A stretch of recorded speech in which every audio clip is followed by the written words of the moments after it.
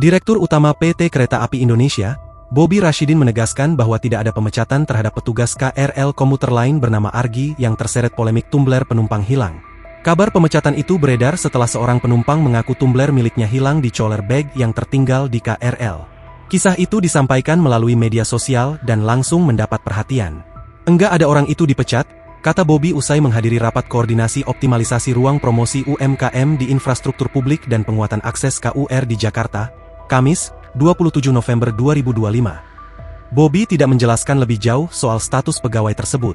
Ia memilih meninggalkan lokasi bersama jajaran terdekat. Sementara Vice President Corporate Secretary KAI Komuter, Karina Amanda menjelaskan, barang bawaan selalu menjadi tanggung jawab penumpang.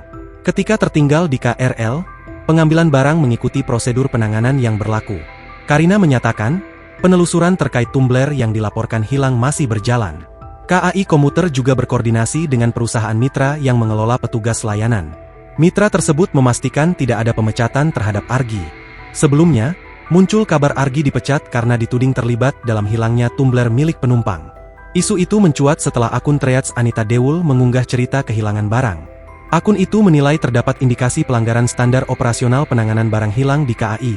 Komunikasi antara Anita dan Argi juga ikut beredar.